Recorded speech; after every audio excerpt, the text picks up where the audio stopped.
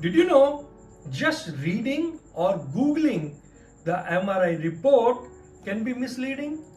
Yes. If you are only reading the MRI report or googling it, you are going to the internet, browsing and checking what is written there, it could be misleading. While reading an MRI report, you read what is written, not what you need to read. So before I start my presentation, I would like to share a remarkably interesting study. It was a systematic review by Brinjikji et al., which was published in American Journal of Neuroradiology in November 2014, where they included 33 studies consisting of total of 3,110 MRI reportings of asymptomatic participants. Means neither of these participants were having any pain or any symptoms. The systematic review concluded that in MRI report, by the age of 40 years, though asymptomatic, 50% of these participants had disc bulge. And at the age of 50 years, 60% participant had disc bulge. Interesting, right? Now let's talk about disc degeneration. At the age of 40 years, 68% participant had disc degeneration, which is aging process of the disc. So if you are reading MRI film which report disc degeneration, it is okay to have disc degeneration. It is natural to have disc degeneration. Therefore, just reading the MRI report is not good. What is important is that you correlate it clinically. Correlate it with the symptoms of the patient clinically. Why?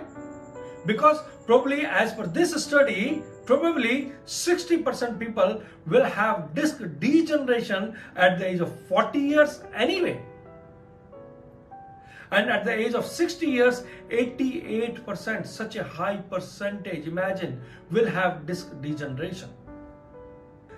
And if we talk about disc height loss, at the age of 40 years, 45% people had disc height loss.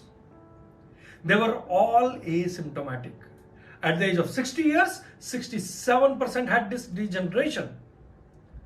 Remember, it is a systematic review, the meta-analysis of 33 studies, including 3,110 asymptomatic subjects. Let's talk about facet joint degeneration. It was found that at the age of 20 years, 4% participant had facet joint degeneration. And at the age of 60 years, 50% participant had facet joint degeneration. While at the age of 80 years, look at the percentage, very high percentage, 83% participant had facet joint degeneration, which is expected also. Now let's talk about spondylolisthesis. The study concluded that at the age of 30 years, 5% participant had spondylolisthesis, and at the age of 80 years, 50% participants had spondylolisthesis. That means if you are reading all these findings in MRI film, it might be just an incidental finding and might be already there since long. So just knowing or just seeing these things are really not good. What is important here is to correlate clinically. And not only in this study, but also in our clinical practice, we have seen this. We have treated more than 100,000 patients in last 28 years.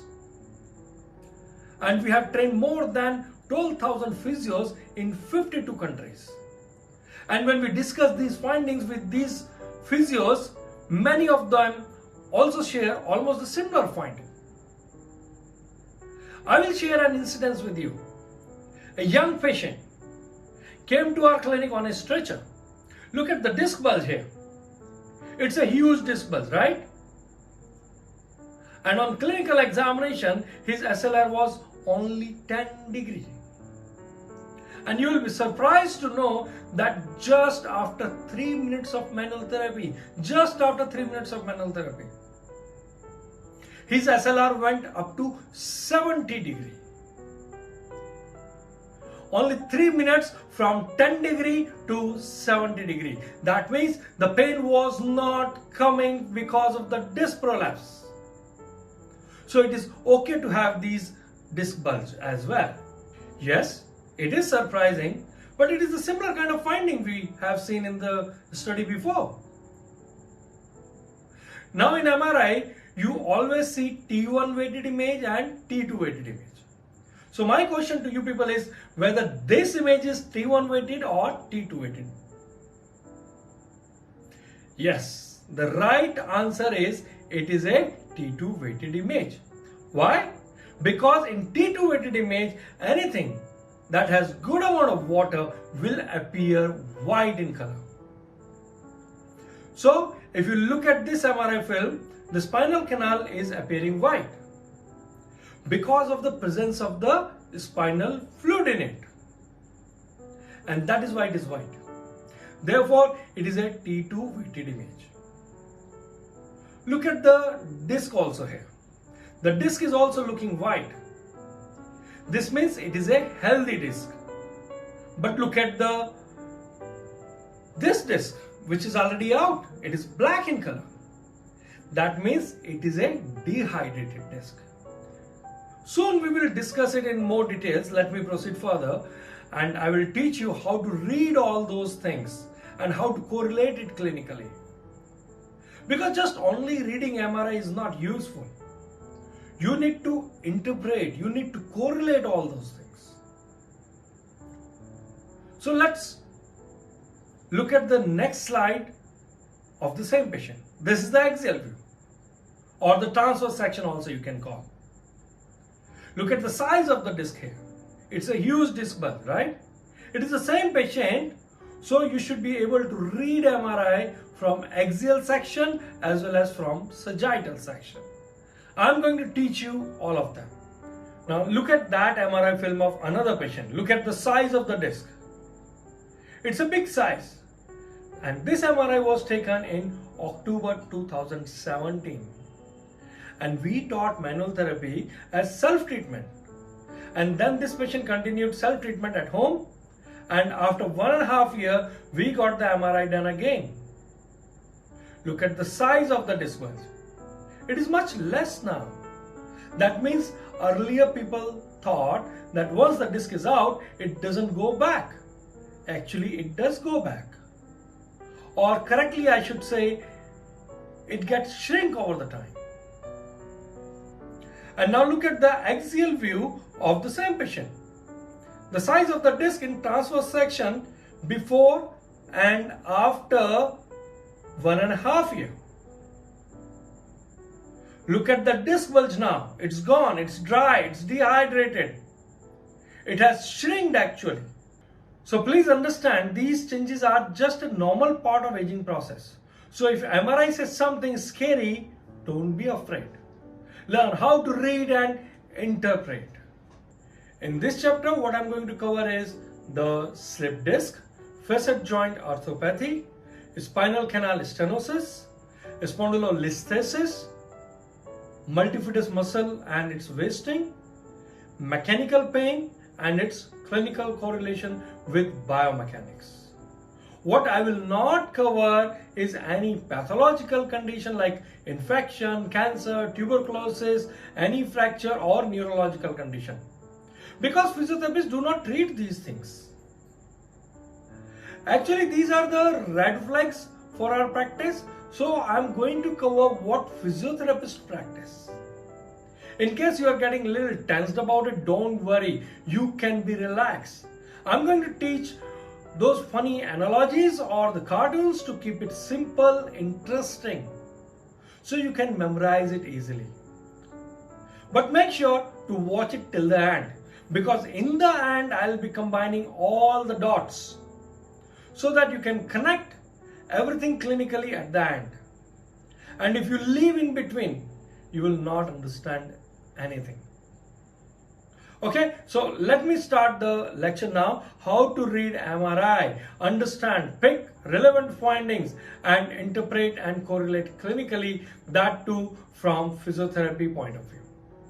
And before I go further, let me tell you the disclaimer that it is only for information and educational purpose. And we are going to cover biomechanical perspective, and those pathological conditions will not be covered.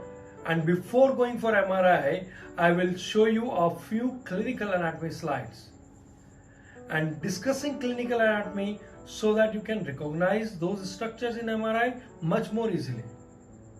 So it is important to pay full attention in the beginning, in the middle, and in the end of the lecture.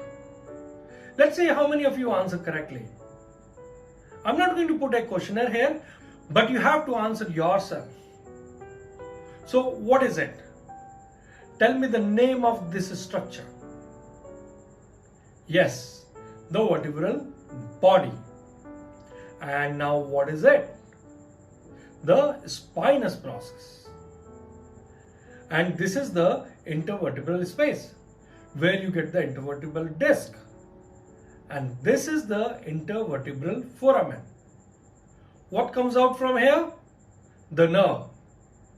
Remember, in thoracic and lumbar vertebra, nerve comes below the vertebra, while in cervical spine, it comes above the vertebra. And that is why you have 8 nerves coming out from cervical spine. However, you get only 12 nerves in thoracic spine and 5 nerves in the lumbar spine. Okay, so what is this called? This is called pedicle. And this is the transverse process, and this is the superior facet of the inferior vertebra, and this is the inferior facet of the superior vertebra. Now, this is the oblique view. We don't do oblique view just to see the spinous process actually, or the transverse process. They are best seen in AP view or the lateral view. Oblique view is done to check the stability of the spine. So these are the facet joints. Facet joints are seen much more clearly in oblique view. In X-ray also we do oblique view, and we talk about Scottish dog, and we talk about its neck. Can you imagine a Scottish dog here? Let me draw it for you. So this is the Scottish dog, okay? And this is the image you should be able to see in oblique view in case you are having any doubt about the stability of the spine. This is the pars articularis, and if it gets fractured, then this vertebra can slip forward and you call it a spondylolisthesis, or this vertebra can move backward, the lower one, and you call it retrolisthesis. Because the facet joint, which is working like a hook, is not allowing the upper vertebra to move forward and the lower vertebra to move backward. So it is the facet joint which gives maximum stability to the spinal column. Now let's move a little more forward so that you can understand MRI in easy way and you can interpret it better. So a few more structure you need to identify, and then we will be going to read the MRI. So this is the vertebral body here, and what do you call this one? It's the lamina. Okay, so this is the transverse process now, and this is the pedicle.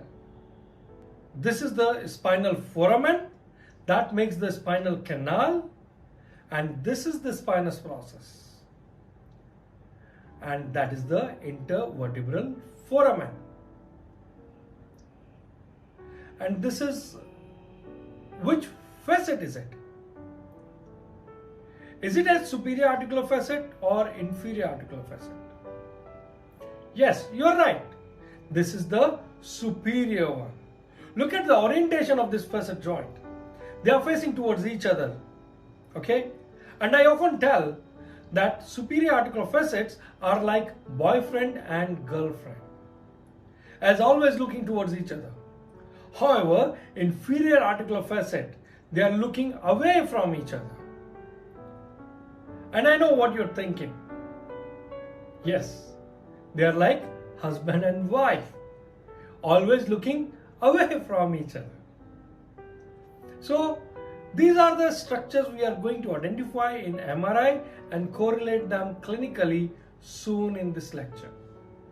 Now we are going to identify some more structure here. Tell me, what is it? This is the intervertebral disc. And which ligament is it?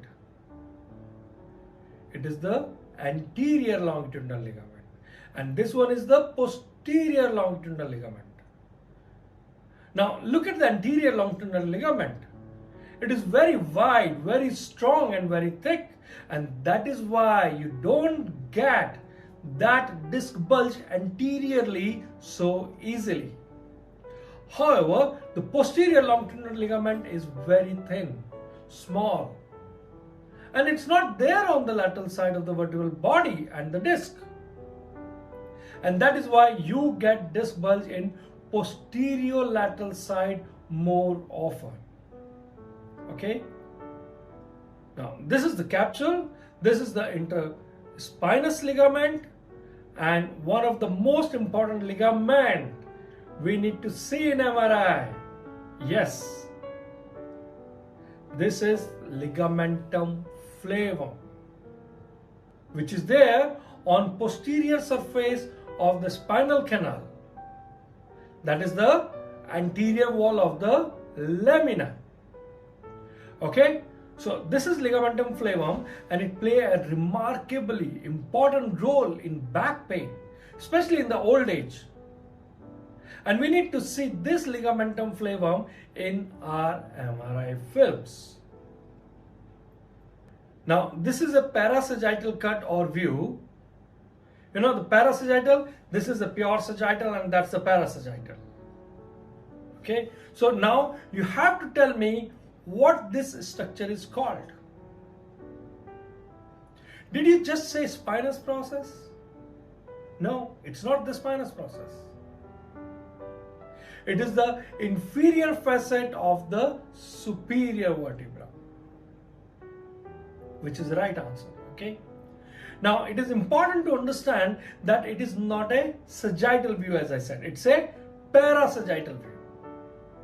You know the difference between sagittal and parasagittal? I'll show you. How multiple slices at different depth in different planes are picked up while doing MRI. Now imagine this is how the spine is, and we are seeing the spine somewhere here. Okay, so in MRI you will see multiple lines like that, which will be white in color there. You know, in MRI they take a spinal image of patient and cut into multiple slices. They cut the slice like that, 1 mm thickness slice. Like you cut the onion, they cut the slice of the image of the human body using magnetic resonance imaging. They cut it transversely, coronally, and in the sagittal plane. And this is a transverse section or axial cut, you can call it. Okay, so you get the multiple cuts or slice like that using magnetic imaging. So from front to back, this is how the MRI image will look like. You can see the animation here. So at different depth, you get different structures to be seen. As you're going more and more deep, you see different structures at different depth. So that is the coronal section you are seeing. Now look at the sagittal section. Okay, so this is how the cut, and this is where we saw that slide. And that is why we didn't call it the spinous process. We called it inferior facet of the superior vertebra. In animated video, let's see how the sagittal section looks like. So as we are going deep, we see different structures coming and going. And now let's have a look at the axial view or the transverse section of MRI of the spine. And this is how they cut. And if you notice, I have put multiple layers here, but only 1 or 2 layers at this place. So when they do screening using MRI, they find out what is the problematic area. And then they take more images of problematic area and less number of images for the purpose of screening only or the scanning only. So now you are able to see from top to bottom. So imagine this is L1 and slowly we are going towards L5. You will see how each vertebra is seen at different height there as you are going deep inside in the axial direction. As slowly you are moving in between you are not able to see anything in between two vertebral bodies. But in MRI, you will see the disc coming in between two vertebral bodies. So this one is the parasagittal view, and that's why you see the inferior facet of the superior vertebra. Now we need to recognize some more structure here and their clinical importance so that we understand MRI and correlate it better. This is the vertebral body above and the vertebral body below. And this is the intervertebral disc. This is the nucleus pulposus. And on the outer side is the annulus fibrosus. And this is anterior longitudinal ligament, which is quite strong, and that's why the disc does not get slipped in the forward direction. Look at the cartilage end plate. It acts like a mummy. Look at the vertebral body, a highly vascular structure, while the disc has no blood supply. The disc does not have blood supply. It has blood supply only till first 4 years of life. And by the time you are 18 years old, only outer 1/3 continue to have blood supply. And the disc get nutrition through this cartilage end plate. The job of the mother is to protect child, right? And give nutrition. Similarly, if this cartilage end plate is weak, the nucleus pulposus may enter into the vertebral body and you may see small nodes kind of thing here in the vertebral body. If present, can be seen easily in MRI or even in X-ray. And these are known as small nodes. But if the cartilage end plate is strong, it's healthy, it will not allow nucleus pulposus to enter into the vertebral body. And as we discussed, because the disc does not have the blood supply, so through this cartilage end plate, because of the movement between these two vertebral bodies, osmosis takes place. Now imagine if the patient is having pain and we tell the patient not to move, then there will be no intervertebral movement and the disc will not get nutrition. So how disc will heal itself? If nutrition is not given to it. So it is important to move vertebral body, and this is what the manual therapist does by performing passive accessory glides. It helps the disc in getting its nutrition through the cartilage end plate. So it is important, and now over the time as the age progresses, the cartilage end plate does become hard and pores get closed over the time. And these are called modic changes. Means this cartilage end plate in MRI will be seen having sclerotic changes with intensive brightness there. So modic changes means that those pores are closed now, and now the nutrition cannot travel via cartilage end plate, and the disc starts getting dehydrated. So this is importance of the disc and the cartilage end plate, and you should be able to see it in MRI film. Check out for the modic changes in the cartilage and plate. Let's move further. So this is the inferior articular facet we already discussed, and this is the superior articular facet of the inferior vertebra. Now sometimes people do get confused and they call this as superior articular facet and this as inferior articular facet, because this is superior and this one is inferior to the other one. But you name the facet as per the vertebral body it belongs to and not as per the relationship with each other. And look at the ice cream sandwich. Can you see the ice cream here? Yes. This is the cartilage. And this is the joint space. The gray color line is the joint space. Now in the knee joint, when you see the X-ray, you see the joint space in the knee joint, right? Then why don't you see the joint space in spine also? The joint space is the most important thing for the physio along with disc, and I'm sure you will agree. So we will also discuss how to see the joint space in MRI. Now this is the pars interarticularis, and if there is a fracture here, one will get spondylolisthesis, as the inferior facet is working like a hook, and we already discussed it earlier in the previous slides. So if there is a fracture here, this vertebra may slip forward, or this vertebra, the lower one, may slip backward. So remember, it is the facet joint which gives maximum stability to the spinal column, not just the ligament or the capsule or the muscle. Now tell me, what is it? Yes, this is the nerve, the exiting nerve. So imagine if this is L1 vertebra, so you will get L1 nerve coming out from here. And if it is L5 vertebra, you get L5 nerve coming out from here. Obviously, and everyone knows that. So you call it exiting nerve root. We'll be talking more about exiting nerve root and traversing nerve root as well. And at this height, which one will be the traversing nerve root now?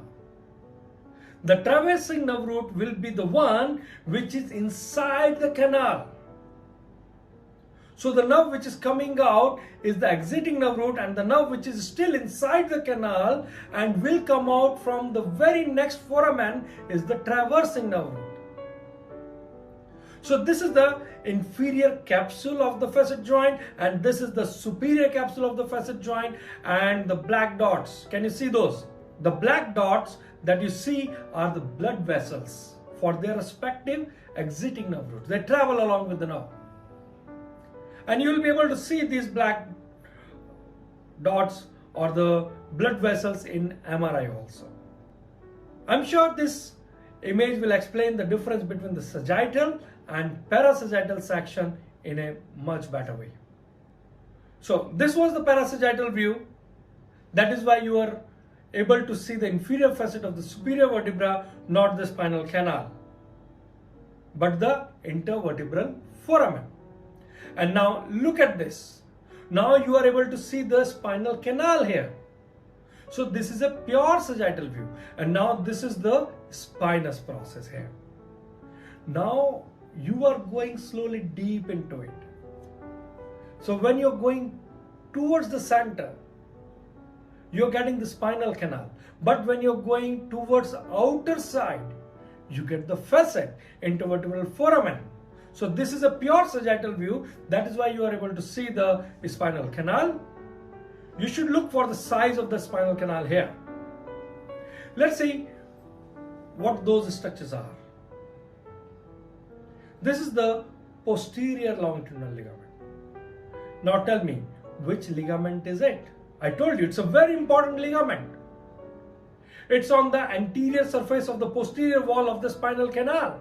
Yes, you are right. This is the ligamentum flavum.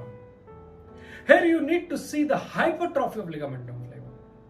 We will discuss it in more detail about it at the right time. Look at the disc bulge here now. It's a disc bulge. It's a big one.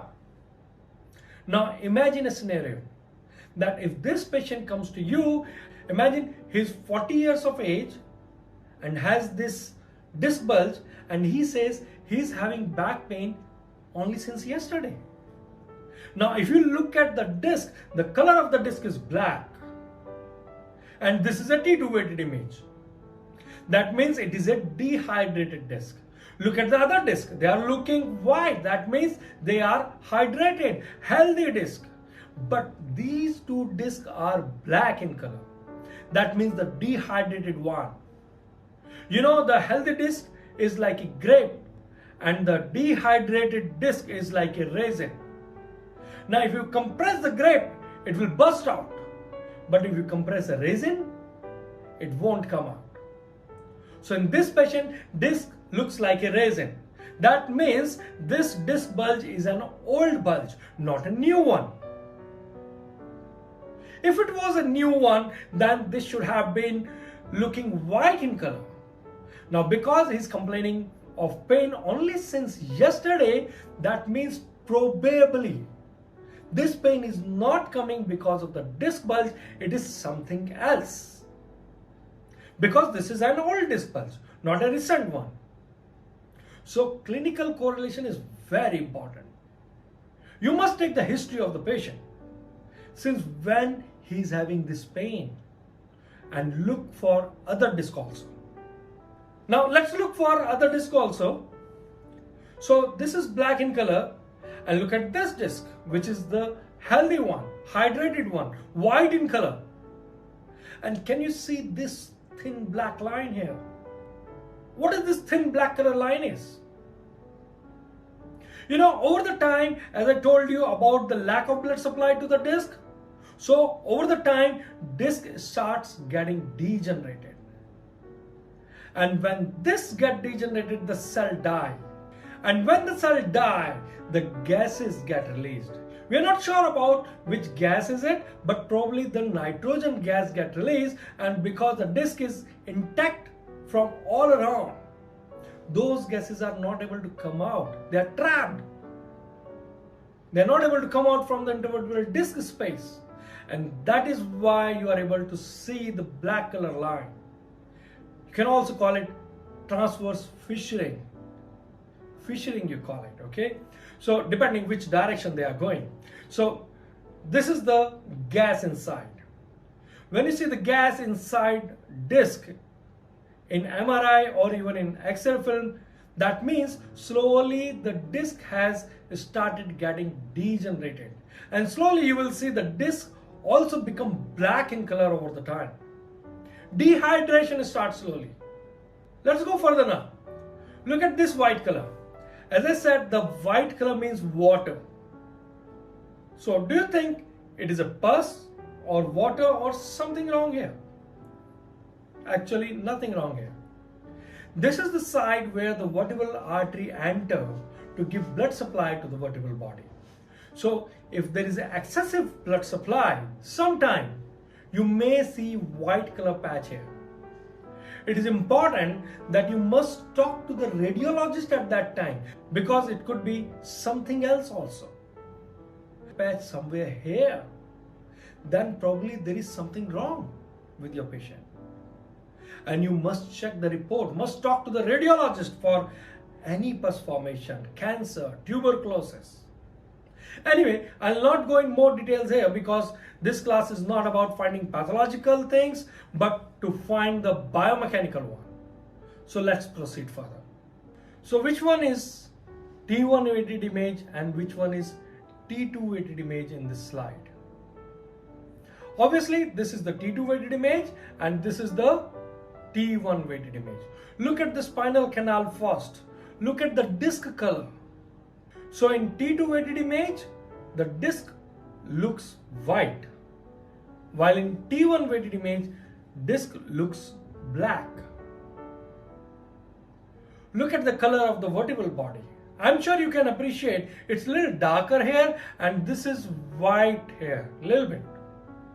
So let's proceed further. Now I know you people can comfortably read those sagittal sections because it looks like more like a X-ray, you know.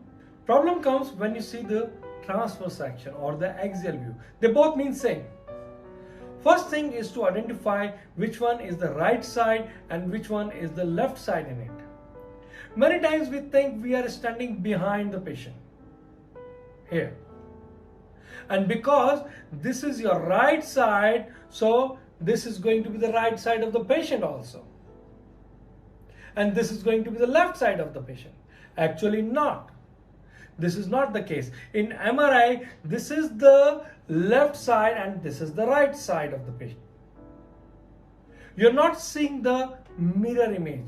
You are seeing actual one. Now, why do you get an image like that? Let me make it more clear for you. So, this is the MRI machine, and this is how the patient goes inside the tunnel for MRI. So, this is the left side of the patient and this is the right side of the patient. And you are watching him actually from the caudal side. This is the foot end and not from posterior side. Therefore, your right becomes patient's left and your left becomes patient's right. And you can take the sections here. Imagine this is the glass which is coming down on the patient's body and taking multiple slices. So this is how you see from foot end of the patient. So this becomes left side and this becomes right. In previous class, one of the participants asked, what if we make the patient lie down from foot end? Like first let the foot end go inside the machine, not the head. And watch from the head side. Yes, sometimes it is also done as per the different area to be scanned, and in that case it's the software of the machine that automatically correct the side as I explained before. I believe it's clear now. So this will always be the left, this will always be the right, no matter whether you're putting the head side or the foot end of the patient in the machine. And nowadays they have started mentioning it in the film actually with the capital L on the left side and capital R on the right side. So that should not be a problem nowadays. Next, in MRI film, you usually see the satellite window. And in that satellite window, they do mark level of different slices taken from. And then you count the number of lines. So you go directly to the specific slide.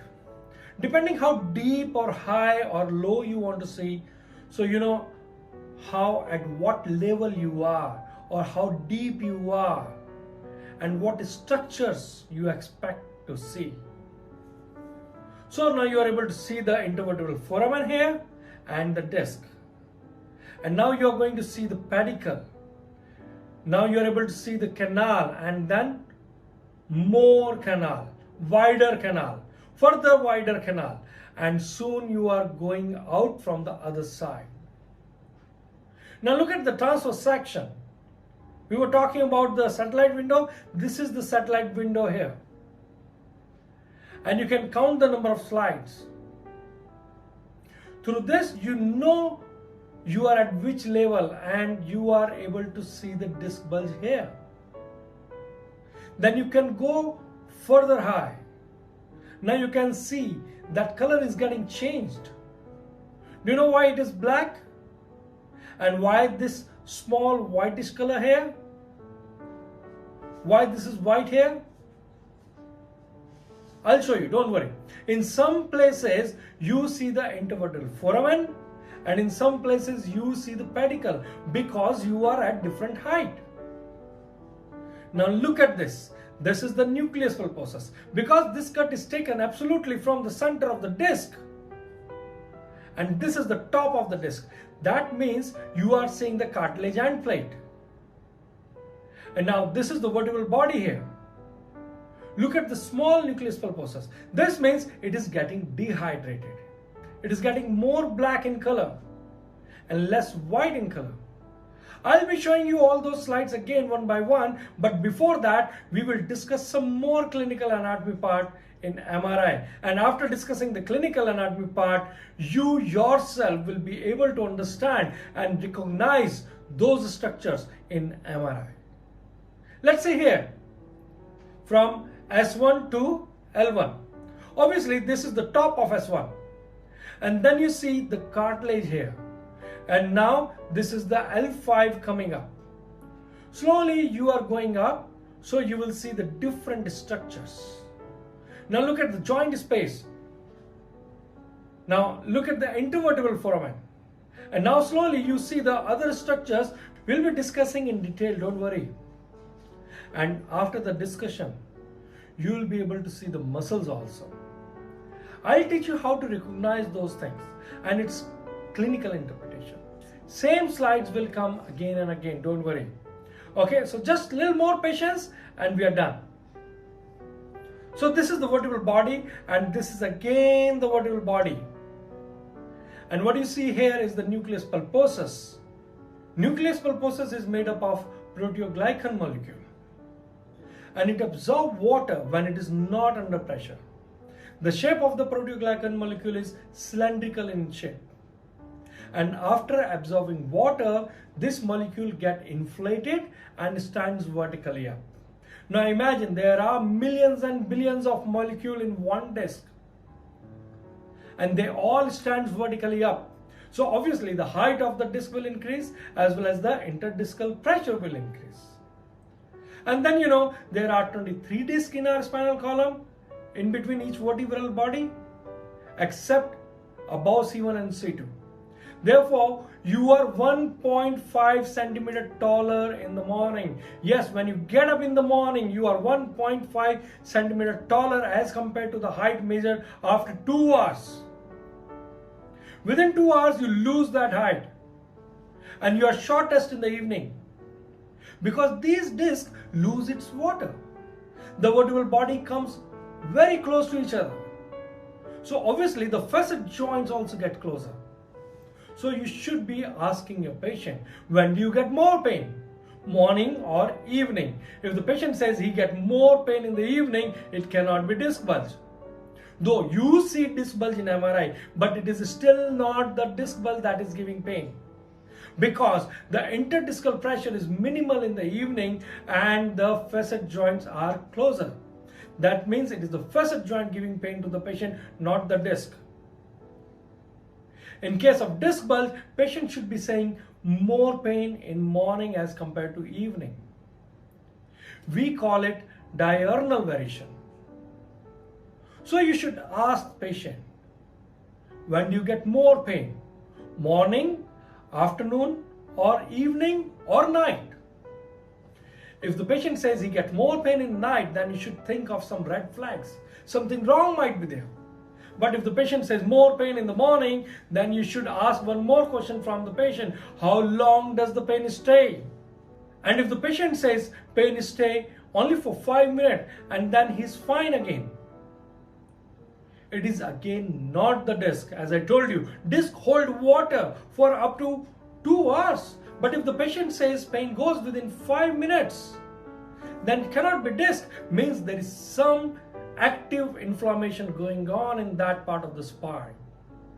And as the patient moves around, muscle contract and relax, and the local irritant which got accumulated over the night get washed out and patient feel better. So don't think of disc just by seeing disc in MRI. Do the clinical correlation with your radiological finding. Now, this is the annulus fibrosus. Look at the annulus fibrosus. It is very thick in front and very thin behind. Look at the posterior longitudinal ligament.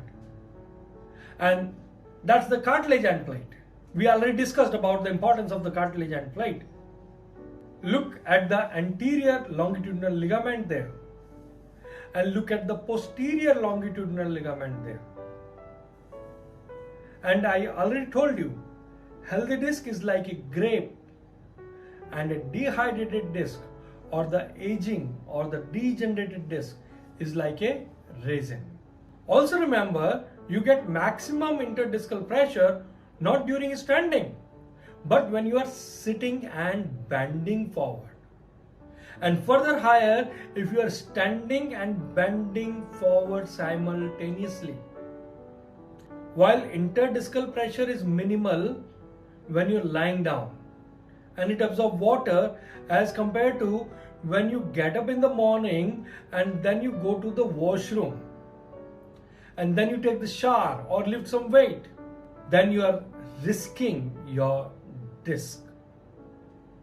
So it is a good idea not to go to the gym in the morning time, or if you're going to the gym in morning and doing heavy weight training, then you're taking a very big risk. It is also a good idea to get MRI done in morning, because in the evening disc is already dehydrated. It's already dry. So you may not get correct image of MRI in the evening. So it's my idea, and there is no research supporting that at present, but it makes sense, it's logical. I'm talking about physics. When interdiscal pressure is maximum, MRI should be done at that time, so you get the real inside story. Now I'll teach you how to read transverse section, the axial view. So now I'm sure you would be able to recognize the structure very well, and now this is the image we have taken from intervertebral disc area in between two vertebral bodies. That is why you are able to see the disc here. What is this? This is the nucleus pulposus, and that's the annulus fibrosus. What you don't see here is the anterior longitudinal ligament and posterior longitudinal ligament. And this is another structure which I'll be asking later on. But now, can you imagine some structure like lips here? So can you tell me what these lips are? Now I have done some animation for those who are not able to imagine lips. Watch it. Yes, the lips are coming up and now it's going. Now I'm sure it is easy for you to imagine these lips. Now my question is what those lips are. You have to tell me what this structure is. Is it a facet or lamina or pedicle or the transverse process? What do you think? What structure is it? Is it the facet joint? It is the facet joint. As I told you, you being a physio, most important thing is the joint space. So here in MRI also you should be able to see the joint space. Look at the left side, no joint space seen. And now look at the right side and you can appreciate the joint space here. Like in the knee joint, medial joint line get collapsed first. In the lumbar spine, it is the anterior joint line which get collapsed first. So you are able to see the difference between the joint space between anterior and posterior aspect of the facet joint. There you see less space as compared to the joint space behind. It is because the anterior shearing forces. Because in the lumbar spine, vertebra wants to move forward because of the lordosis. And that is why probably the anterior joint line get collapsed first as compared to the posterior joint line. And this black color thing is the cartilage. Now my another question is, if the cartilages are rubbing with each other, will that give pain to the patient? If you're saying yes, sorry. The correct answer is no. The healthy cartilage has no nociceptive supply and hence it is not pain sensitive. Like when you're rubbing your teeth, you don't get pain. Healthy teeth are not pain sensitive, and over the time when they are weak, the nerve endings grow in those weak areas and become pain sensitive. Similarly, over the time the cartilage becomes degenerated and crack develops in between, following which the nerve endings grow in these cracks and then cartilage becomes pain sensitive. Chondromalacia, facet joint arthropathy, and then the rubbing of cartilage will give pain to the patient. So it is important for the physio to always see the condition of the cartilage and the joint space. Now tell me, if there is some osteophyte formation here in the anterior aspect of the facet joint, will that irritate the anterior capsule of the facet? This is the posterior capsule of the facet, and here is the anterior capsule. And if there is an osteophyte, will it irritate the anterior capsule of the facet and give pain to the patient? Yes or no? No, it won't. Because even the anterior capsule of the facet has no nerve supply. So if the report says osteophyte formation seen, it's okay. Because the anterior capsule has no nerve supply. And if osteophyte is large enough to irritate this ligamentum flavum, again it is okay. Because the ligamentum flavum also does not have any nerve supply. So it is important from physio point of view to see the joint space, the cartilage and the osteophyte. Let's move further. So see the joint space now. Well seen in this slide. Look at the cartilage. Look at the superior facet of the inferior vertebra. And this is the inferior facet of the superior vertebra. This is the ligamentum flavum. And the joint space is reduced in the front while it is well maintained behind. Look at the posterior capsule. And this is one of the muscle I'll be asking you in a short while. That which muscle is it? But wait. Now look at the joint. I'm sure now it is much clear, and this is how the joint get nutrition, because the movement of the synovial fold and the synovial fluid. And look at this. This is the healthy cartilage here and the degenerated here. Can you see those cracks here? And the nerve ending grow in these cracks and then they become pain sensitive. This is how the anterior capsule and the synovial fold moves in and out, and the facet joint get its nutrition. As you know, the cartilage does not have blood supply. So even if you give electrotherapy or shortwave diathermy and you try to increase the blood circulation, cartilage still will not have its nutrition because it does not have any blood supply. So again, it becomes important to move each vertebra. It is important to give manual therapy so that facet moves, the vertebra moves. So along with intervertebral disc, the cartilage also gets nutrition. Now this is the T2 weighted image, and you need to draw a line to check the alignment of each vertebra. I'm sure you are able to note that this is a pure sagittal view. Now let's draw a line to check the alignment of each vertebra. See the smooth line coming down? Look at the smooth line. Yes. Now I'll show you another film. Can you see this? And now if I draw a smooth line here, it won't be that smooth. Look at the uneven curve here. The step kind of formation. It is called spondylolisthesis. Also note, not only behind the vertebral body, you can also draw a line behind the spinous process as well. So clinically, when you examine your patient, you may get a step deformity. So always check for a step deformity, but you remember the study I showed you, many people have spondylolisthesis.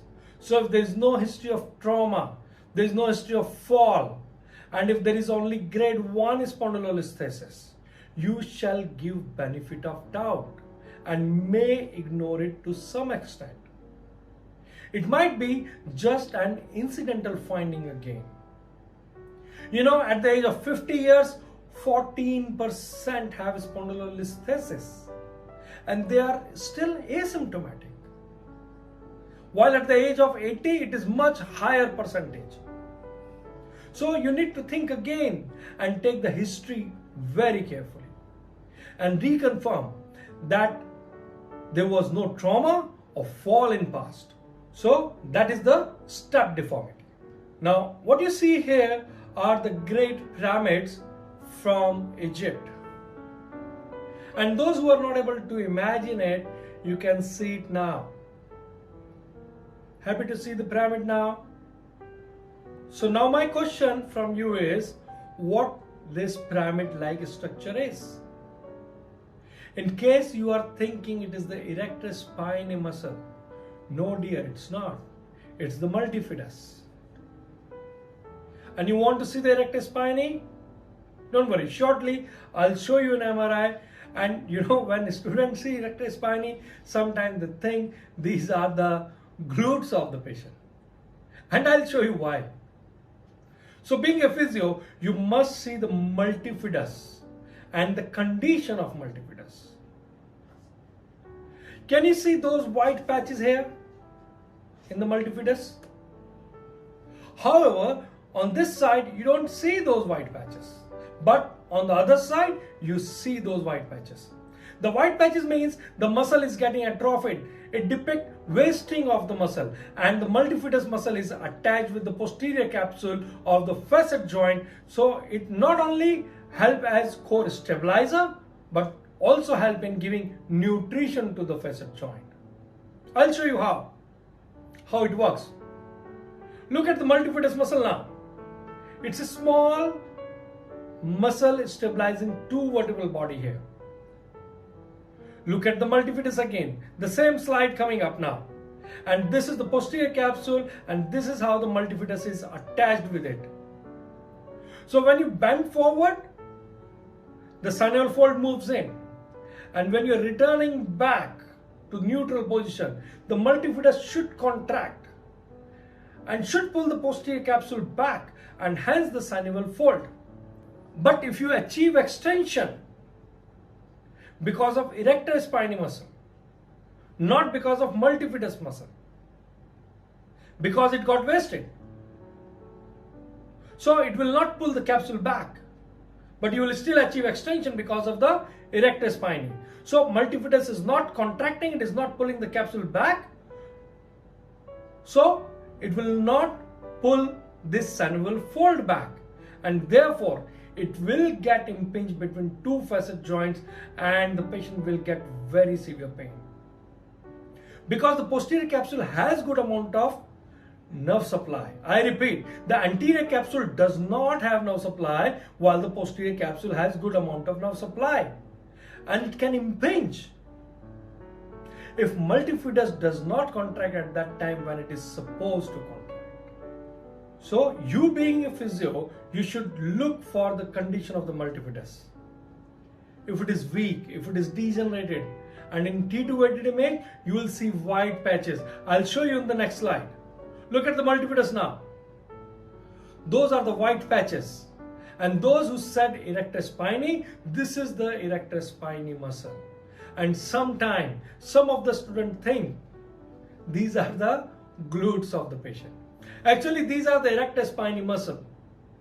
And this is the multifidus muscle, which is looking wasted here. Look at the vertebral body, look at the spinal canal size, look at the facet joint, no space left.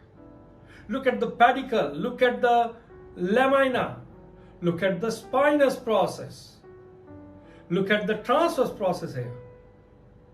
And I'm sure now you are able to see all those things and are able to correlate it. This is the multifidus now, and this is the erector spinae muscle.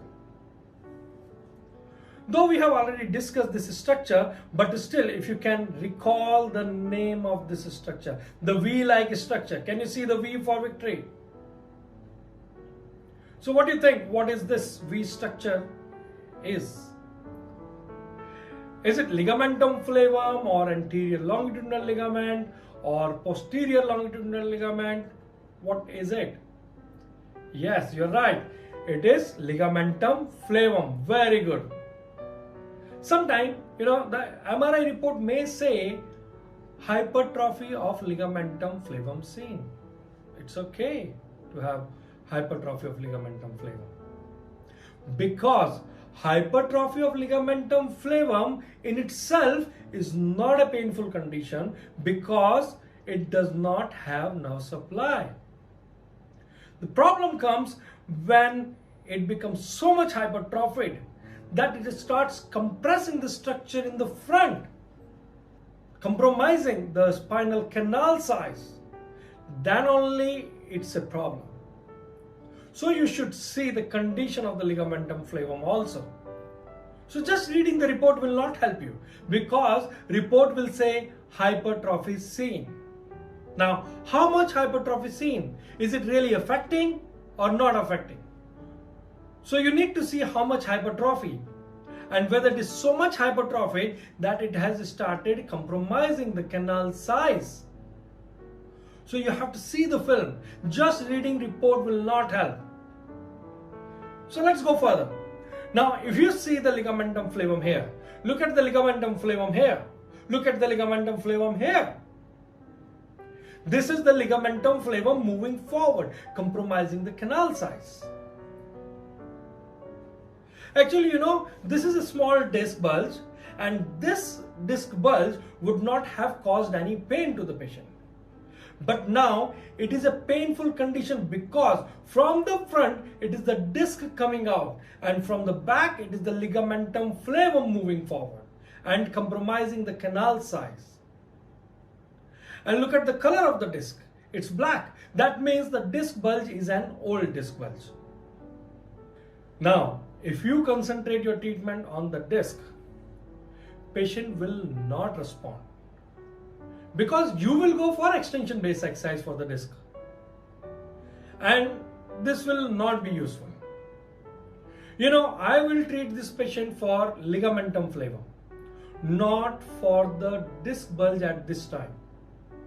Especially if the patient is complaining that standing and walking gives him more pain, while sitting relieve his pain, because it is the ligamentum flavum that gets hypertrophied in the old age, and the disc is already like a resin in the old age.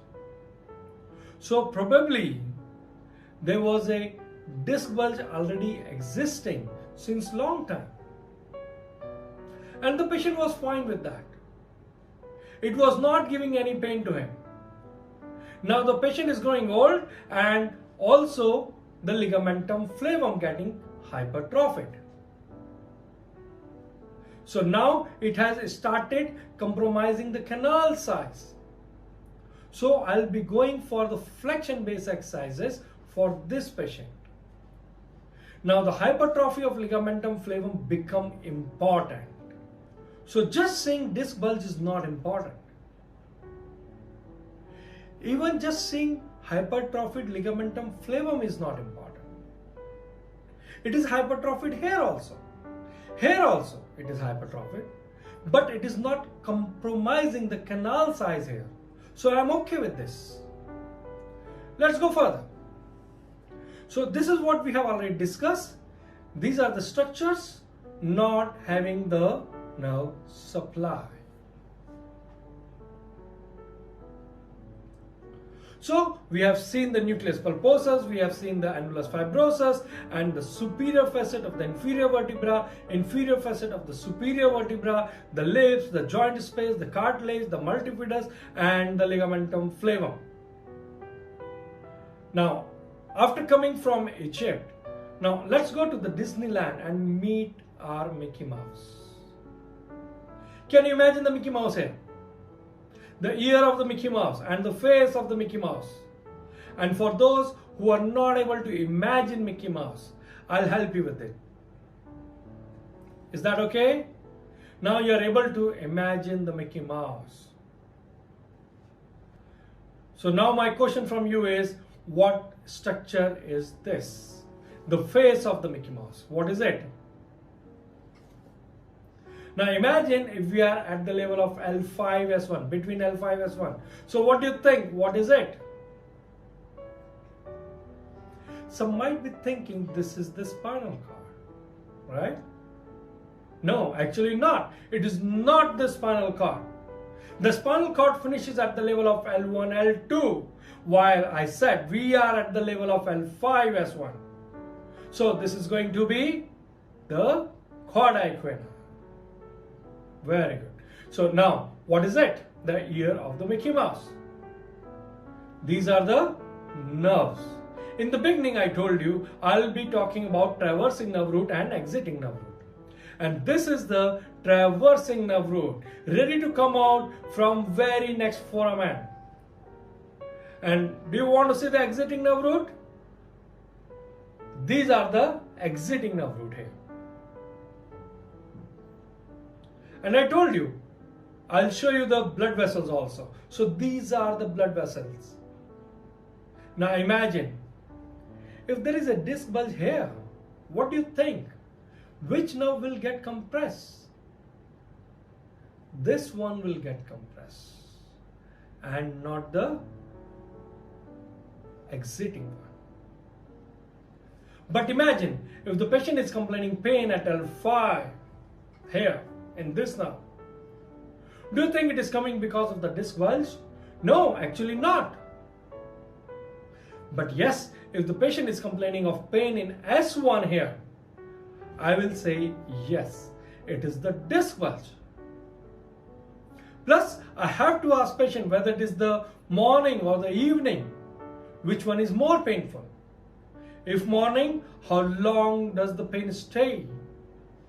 And we'll correlate all these findings. So I'm going to see, is it the traversing nerve root getting compressed or the exiting nerve root getting compressed? So just seeing disc bulge is not important. Clinical correlation is also very important. Like if the patient is complaining pain in sciatic nerve and the disc bulge is at L1 level, higher, much higher level. Do you think the pain is coming because of the disc bulge? Of course not. The same way you have to see whether it is compressing the traversing nerve root or the exiting nerve root. Is the patient complaining pain on the same side, in the same segment, in the same dermatome, or on the opposite side? So you should correlate it clinically. Now, the clinical anatomy part is over. Let me show you some MRI films of the same patient one by one, and you need to answer all the structures now. An arrow will be coming one after another, and you have to tell me the name of those structures and the clinical correlation. You have to speak to yourself. So this is black in color. That means you are at the cartilage and plate level. Because this is a T2 weighted image and the thecal sac appearing white and the joint space appearing white, that means it is a T2 weighted image. And you are seeing the dark black color. That means this is the cartilage here. Look at the cartilage, look at the joint space, look at the lamina here, look at the spinous process here, and you see the exiting nerve root here. So many things you are able to see now. Look at the multifidus. You can see the erector spinae muscle. So this is the superior facet of the inferior vertebra and the inferior facet of the superior vertebra. And this is the joint space, the thecal area or the spinal canal area. The inferior facet, cartilage attached with the inferior facet. This is the lamina. And can you see this portion? This portion of the lamina, which is quite thin here. So there is a chance that it may get cracked in older age if the patient is osteoporotic. So there will be a crack here and then the vertebra may slip forward and person may get spondylolisthesis. And that is why in that graph probably you notice in the older age you are getting higher percentage of spondylolisthesis. This is the ligamentum flavum here. See, this side is quite hypertrophied as compared to the other side. And if it becomes so much hypertrophic that it starts compromising the intervertebral foramen, then the nerve will get compressed. Look at the intervertebral foramen. That's the exiting nerve root, and that's the spinous process. Multifidus, erector spinae. So I told you, I'll show you all the slides. So I'll go one by one to all the slides. So this is the top of S1, and that is why you are able to see the vertebral body and the ala. And this is the traversing nerve root you are able to see. This one is the thecal sac area, and look at the facet joint. And if you notice, this side you are able to see less portion of ala as compared to this side. This means the sacrum is slightly tilted. So you have to see from physio point of view. This side, this sacrum is slightly tilted because you are also able to see the joint space here. But there is no joint space seen here. So you have to correct the alignment of the sacrum. Now you have to see from physio point of view. The radiologist may not report those things, okay? You have to see from physics point of view, physical therapy point of view. That's the erector spinae muscle. Look at L5. Again, you are able to see the intervertebral foramen on this side, but not on this side, because again the vertebral body is slightly tilted. It is slightly tilted here. You are able to see the pedicle here. So you have to correct that alignment. Look at the joint space. Nicely seen here, but not seen here. So all those clinical correlation you should be able to see now. Look at this pedicle one side and intervertebral foramen on the other side. Look at the joint space difference. We are going slowly higher towards L1, okay? So this is the multifidus. Look at the wasting of the multifidus here and the thecal sac area here. Look at the wasting of the multifidus here. And this is the thecal sac area. Look at the disc bulge. It is a posterior lateral. Had it been posterior central, nothing would have happened. But this is slightly posterior lateral. And there is small chance that this traversing nerve root will get compressed. Why I'm saying small chance? Because I can still see some space available here. But then at the later stage, at the older age, this ligamentum flavum may get hypertrophied and may start compressing this nerve. Also, the disc is getting dehydrated over the time and it will shrink. I hope you remember the grape and raisin analogy. The disc will get shrink, so it's okay. Many times patients don't need surgeries. And just with manual therapy, exercise therapy, flexion based or extension based exercises, depending on what treatment be beneficial, and with the help of manual therapy, patient recover in a beautiful way. So let's proceed further. That's the traversing nerve root. This is the intervertebral foramen. Now we are going to the higher level. Look at the disc bulge again. Look at the traversing nerve root again. And you can see the pedicle. And now you see the intervertebral foramen. So this vertebra is again tilted in one direction, while the lower vertebra was tilted in another direction. So now you have to correct the alignment. Maybe the pain is not coming because of the disc bulge. Maybe the pain is coming because of the wrong alignment of the vertebral body. Correct those alignments. Look at the exiting nerve root here now. And here. The exiting nerve root is still here. Okay? So you need to see which nerve is getting compressed. And then you need to see what level you are checking. You have to see that window. Look at the multifidus. Let's move further. Look at the pedicle now. Here the alignment looks quite good. Look at the facet. Then look at the alignment. It's again slightly tilted. Here you see less. Here you see a little more. This is the traversing nerve root and the exiting nerve root. Look at the cartilage. Look at the spinous process. Look at the ligamentum flavum. Look at the diameter, which is quite well maintained. So look at the intervertebral foramen and the joint space and the cartilage and the exiting nerve root now.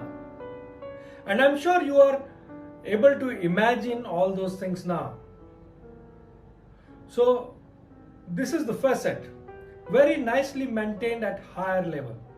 However, at the lower level, it was not maintained very well. Look at the ligamentum flavum and then the lamina. Can you appreciate the transverse process in this slide? Because the MRI has taken a slice at that level, and that's why you are able to see the transverse process here. While at other level, it was not seen because the slice was not taken at that level. So the pedicle are seen quite wide here. Look at the transverse process. And now look at the healthy multifidus. This MRI is of the same patient. We are going slowly higher. Here at this level, the multifidus is quite healthy, while at the lower level, it was wasted. Disuse atrophy was seen. Now let's talk about the sagittal view. In this sagittal view also, you see multiple slides. And slowly you're going deep into the body. Okay? You're going slowly deep into the body. I told you, we will discuss. This is the vertebral body you see here, and this is the disc. We are going slowly deep into it. Look at the disc now, and you are able to see the intervertebral foramen here. You need to see if the disc is out here and compressing the nerve here. Look at the vertebral body now. Look at the spinous process. Only small portion is seen. Look at the posterior muscles, erector spinae, multifidus is also seen there. And this is the fat after the muscle. Look at the disc and small disc bulge coming out. And if you are able to see disc bulge at this depth, this means it's going to be posterior lateral, not the central one. Now the foramen is also looking noticeably clear. Look at the nerve coming out. Beautiful one. And now you have started seeing the nucleus pulposus also. The whitish color. If you noticed, earlier you were not able to see because you were seeing the annulus fibrosus. You were not that much deep. And now you are able to see the nucleus pulposus, little white in color. And the intervertebral foramen. Look at the spinous process now. Look at the pedicle now. Look at the intervertebral foramen and the nerve coming out from that foramen. Can you see that circle? And in this, look at the facet. Now it can be seen more clearly. So slowly you go more deep and look at the spinal canal size. Look at the spinous process now. Look at the disc now. And I have already discussed that black color line. Look at the whitish color. Look at the black color. So I'm sure now you can correlate and connect all the dots. Look at the ligamentum flavum now. Look at the disc and the canal size. Very wide. So you can see this is a small disc bulge. But it won't make any difference. Ligamentum flavum again. Spinous process. Vertebral body. And look at the disc. Same patient, but the color is getting changed as you are going deep. So you have to see multiple level, multiple slides, and you have to know where and how deep you are and then correlate clinically. Look at the curve now. So it is perfectly aligned. It is not uneven. So no spondylolisthesis. And slowly you are going out from the other side. So you entered from the left side and now you are exiting from the right side of the patient.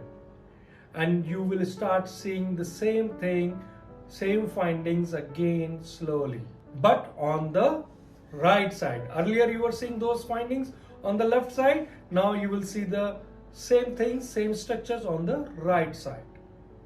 So you see multiple slides, and you should be able to appreciate all those things eventually.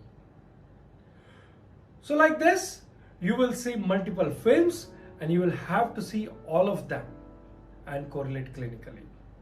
So once you see all those things, you need to collect the history of the patient, like the name, age, gender, what happened, when happened, how happened, what gives you more pain, what gives you less pain, what increases pain, what decreases the pain, when do you get more pain, morning, afternoon, evening, night. Suppose in case of old patient, yes, you don't expect disc bulge because the disc is already dehydrated. But you do expect hypertrophy of ligamentum flavum. And if you get a young patient, you don't expect hypertrophy of ligamentum flavum. But yes, you may expect a disc bulge there. But in case he's not complaining of morning pain, don't consider that disc bulge. Then you go for the facet joint orthopathy. If he's complaining night pain, then look for the red flags, and detailed investigation should be done. Ask more questions about weight loss, loss of appetite, malaise feeling, low grade fever, and all those things you should be asking. And then you connect all the dots, make a provisional diagnosis, and then look at the MRI. Check the segment, check the dermatome, check the myotome, check which area patient is complaining pain, and check if it is a disc bulge. Is it the same level, same side where patient is complaining? What is the color of the disc, size of the disc bulge, shape of the disc bulge? Is it compressing the same nerve root? Is it the ligamentum flavum also coming forward? Look for the joint space between the facet joints. Look for the condition of the cartilages. Okay, so all those things and the condition of the multifidus. And if you notice wasting of multifidus, patient may have back pain again and again because the synovial fold will keep getting entrapped, and the patient will complain of very severe pain. So it is a clinical correlation also very important.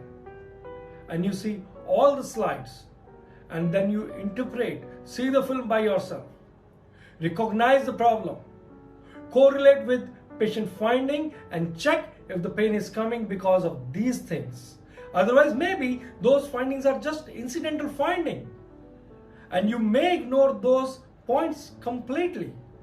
Okay, so just don't read the report and Google it. See the film, read the report, compare it with the sign and symptoms, and correlate clinically.